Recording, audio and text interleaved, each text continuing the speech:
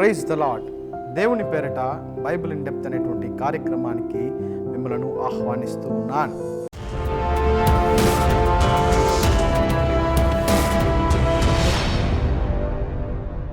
ఈరోజు బైబిల్ గ్రంథంలో అనేక చోట్ల వైన్ గురించి రాయబడి ఉన్నది.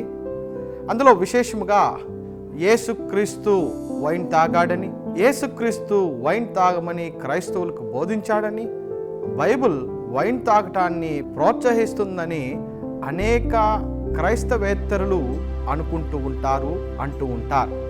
మరి కొంతమంది క్రైస్తవులే దీనిని ఒక సాకుగా పెట్టుకొని బైబిల్లో వారు వైన్ తాగారు, వీరు వైన్ తాగారని చెప్తూ వీరు కూడా అలవాటులో మునిగిపోయి దానికి ఒక సాకు చెప్తూ ఉంటారు. కానీ నిజంగా బైబిల్ వైన్ని ప్రోత్సహిస్తుందా? బైబిల్లో రాయబడినటువంటి వైన్ ఎలాంటి వైన్? మరి ఈరోజు మన ప్రపంచంలో దొరికేటువంటి ఈ వైన్ యొక్క స్వభావాలు ఏంటి? దీని యొక్క వ్యత్యాసాన్ని మనము తెలుసుకుందాం. బైబిల్లోని వైన్ అనగా ఏమి? హీబ్రూ భాషలో యాయిన్ అని అంటారు. అనగా ద్రాక్ష పండ్ల నుండి తయారు చేసేటువంటి ఆ రసమును పులియపెట్టిన తరువాత వైన్ అని అంటారు. మనకు వైన్ అన్నటువంటి పేరు విన్న వెంటనే మన దురదృష్టం, మందు షాపులన్నిటికీ వైన్స్ అని పేరు పెట్టినారు కాబట్టి అలా మనము వైన్ అన్న వెంటనే దాన్ని ఒక ఆల్కహాలిక్గా మనము అనుకుంటూ ఉంటాం. మొదటగా మనము ఆల్కహాల్ అంటే ఏంటో తెలుసుకోవాలి. ఆల్కహాల్లో తాగటానికి అనువైనటువంటిది ఎథనాల్ అని అంటారు. ఈ ఎథనాల్లో 2 రకాలు ఉంటాయండి. ఒకటి డిస్టిల్డ్, ఇంకొకటి అన్డిస్టిల్డ్ అంటారు. ఈ డిస్టిల్డ్ రకమే ఈ యొక్క వైన్ షాపుల్లో దొరికేటువంటి రకం. ఈ డిస్టిల్డ్ వైన్లో మత్తును కలిగించే శాతం ఎంత ఉంటుందంటే 40 నుండి 80-90% దాకా కూడా ఆల్కహాల్ కంటెంట్, ఎథనాల్ కంటెంట్ ఉంటుంది.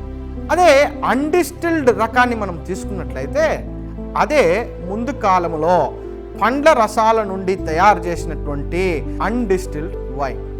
దీనిలో ఎంత శాతం ఆల్కహాల్ ఉంటుందంటే మినిమంగా చూసుకున్నట్లయితే 9%, అక్కడి నుండి 16% మ్యాక్సిమం ఆల్కహాల్, అంతే దాని యొక్క ప్రభావం. ఈ డిస్టిల్డ్ అనేటువంటి రకము క్రీస్తు శకములో 16వ శతాబ్దం ప్రారంభంలోనే ఈ డిస్టిల్డ్ని కనిపెట్టారు. దాన్ని ఇప్పుడు వాడుకుంటూ ఉన్నారు. మరి అయితే బైబిల్ ఉన్నటువంటి కాలంలో, మొదటి శతాబ్దానికి ముందుగా ఉన్నటువంటి ఆ కాలంలో ఈ డిస్టిల్డ్ అనేటువంటి అధికముగా మత్తును కలిగించేటువంటి వైన్ లేనే లేదు. అంత మాత్రమే కాదు, యూదులు తయారు చేసుకునేటువంటి ద్రాక్ష పళ్ళ రసం నుండి వచ్చేటువంటి వైన్లో మ్యాక్సిమం 9 నుండి 12% మాత్రమే ఆల్కహాల్ కంటెంట్ ఉంటుంది.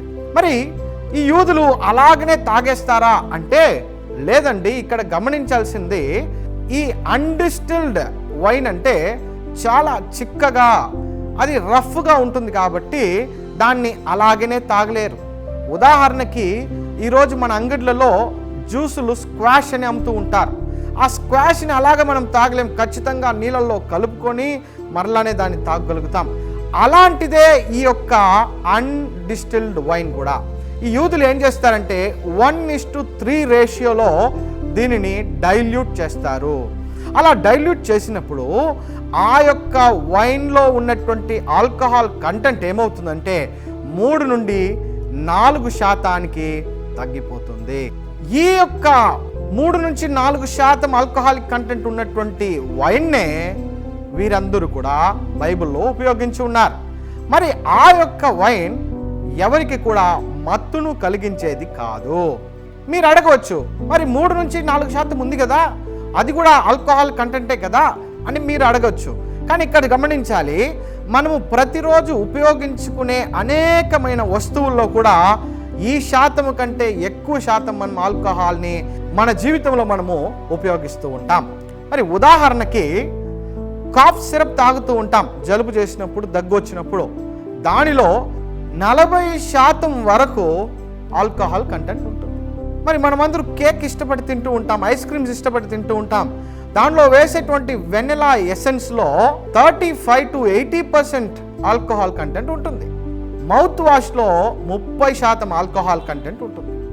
ఇలా మనం తీసుకున్నట్లయితే aspirin, cool drinks, fruit cakes, burgers, inhalers, ఇంకా చెప్పాలంటే బాగా మాగిపోయిన అరటి పండ్లో కూడా 2% ఆల్కహాల్ ఉంటుంది. అయితే మన జీవితంలో ప్రతిరోజు ఆల్కహాల్తో ఏదో ఒకటి ఉపయోగిస్తూనే ఉంటాం.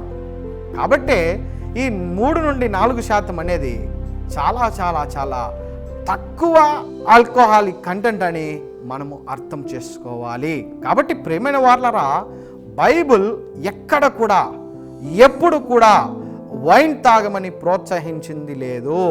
మీరు అడగచ్చు, మరి బైబిల్లో కూడా చాలామంది తాగి తూలారు కదా, మత్తెక్కింది కదా అని అనవచ్చు. వారు ఎక్కువ మోతాదులో తాగారు కాబట్టి ఆ యొక్క మత్తును వారు తీసుకున్నారు. కానీ అలాగ తాగిన వారిని దేవుడు పాపము చేసిన వారు అని అంటూ ఉన్నాడు. కాబట్టి ఇలాంటి వాక్యాలు సూటిగా తాగటము తప్పని, సూటిగా తాగేవాడు నరకానికి పోతాడని చెప్పి సూటిగా 50 కంటే అధికమైనటువంటి రెఫరెన్సులను బైబిల్లో మీరు చూడవచ్చు. అవన్నిటిని కూడా నేను కింద డిస్క్రిప్షన్లో మీకు ఇస్తూ ఉన్నాను. మీరు దాన్ని కావాలంటే చూసి తెలుసుకోవచ్చు. కాబట్టి బైబిల్ ఎక్కడ కూడా ఆల్కహాల్ను తాగమని ప్రోత్సహించటం లేదు, తాగటం తప్పే అని చెప్తుంది. కాబట్టి బైబిల్లో రాయబడిన వైన్ అంటే అది ఈరోజు ఉండేటువంటి వైన్తో సమానం కాదని, అది కేవలం 3% ఆల్కహాల్ కంటెంట్ కలిగిన వైన్ అని మనము అర్థం చేసుకుందాం. దేవుడు మిమ్మలను దీవించును గాక. ఆమేన్.